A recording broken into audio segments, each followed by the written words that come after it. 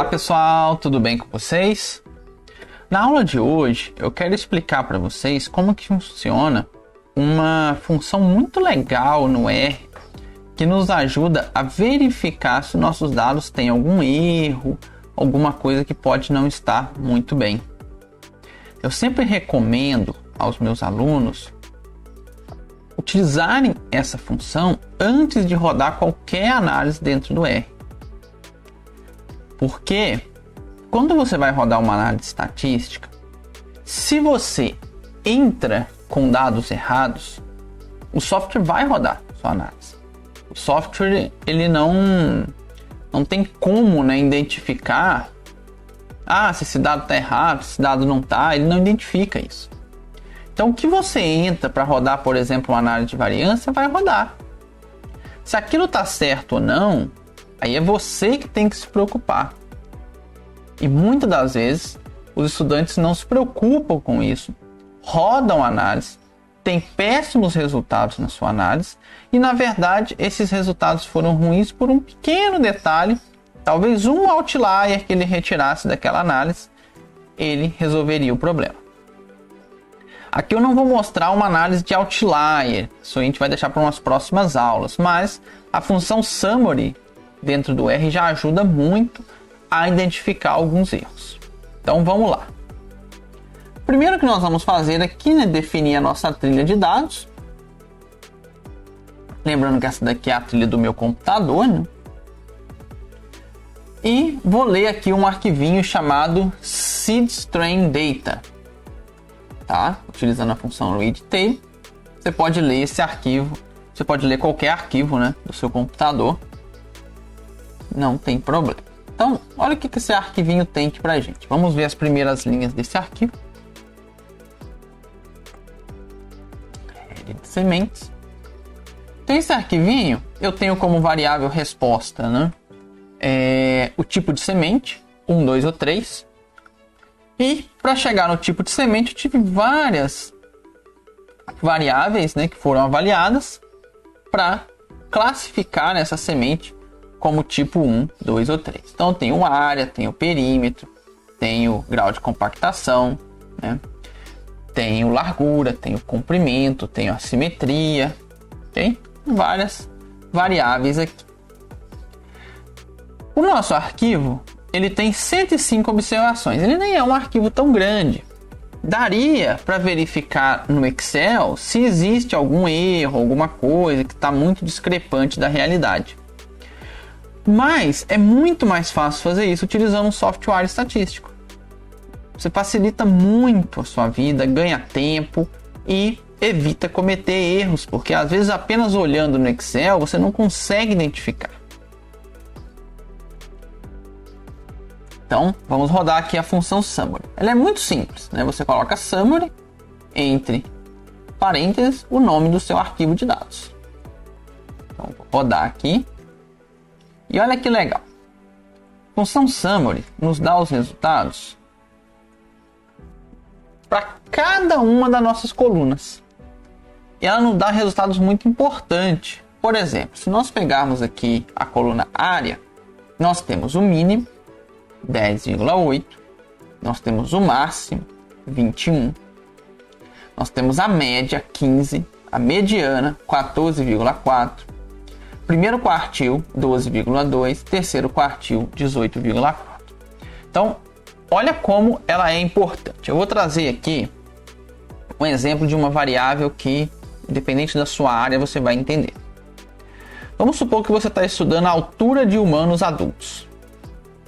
Um humano adulto, A altura dele vai variar aí entre 1,30 m até 3 metros. Acredito que varie nessa faixa, Vamos supor que você, obteve lá os seus dados, rodou o summary e aqui no summary você verificou que o máximo estava 15,8. Não existe uma altura, em humanos de 15,8. Então você já sabe que aquilo ali está errado. Aí cabe a você identificar, será que era 1,58 e a pessoa na hora de digitar colocou uma vírgula no lugar errado? Se for, é muito fácil de corrigir. Se não for, não, esse valor tá estranho, eu não sei o que é isso, não. Deleta do seu arquivo de dados. Tá? Simples assim.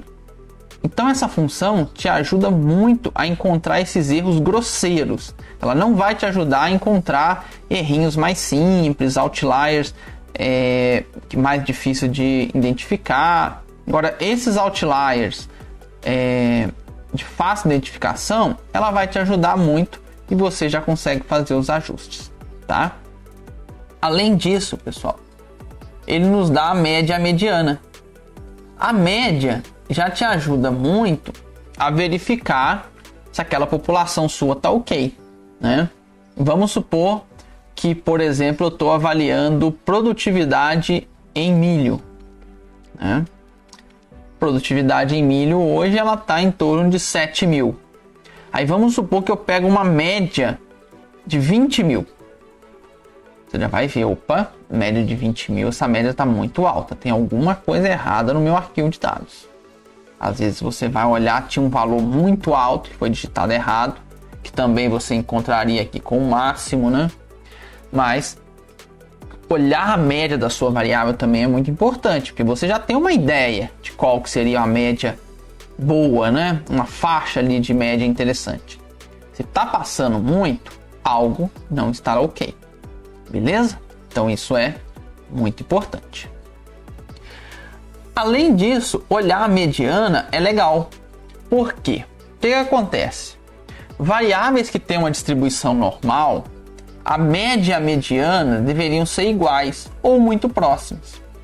Quando você olha que esses valores são bem parecidos, tem uma grande possibilidade, eu não posso garantir ainda, né? Eu teria que rodar aqui um teste de normalidade, mas tem uma grande probabilidade que os seus dados tenham distribuição normal, porque a média e a mediana têm valores muito próximos.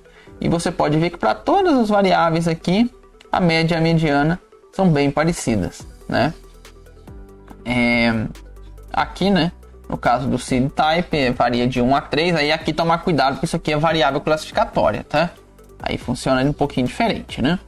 Mas para as outras variáveis, você consegue ver que a média e a mediana são muito parecidas. Provavelmente todas elas vão ter aí uma distribuição normal. Então é uma função muito simples e que já nos traz uma infinidade de informação sobre os nossos dados. Algo que eu falo muito para os meus alunos, pessoal, é que nós precisamos gastar mais tempo no pré-processamento de dados. Tem muita gente coletando dado de campo, indo direto para a análise de dados, não faz nenhum pré-processamento, não estuda aqueles dados e quer obter bons resultados. Aí é meio que na sorte, né? Se você vai obter ou não. E lembrando, pessoal, pré-processamento de dados não é manipulação de dados, ok? Retirar outlier não é manipulação. Retirar outlier e substituir pela média é manipulação de dados, tá? Então esquece aquela ideia de substituir pela média. Tá? Isso não é correto.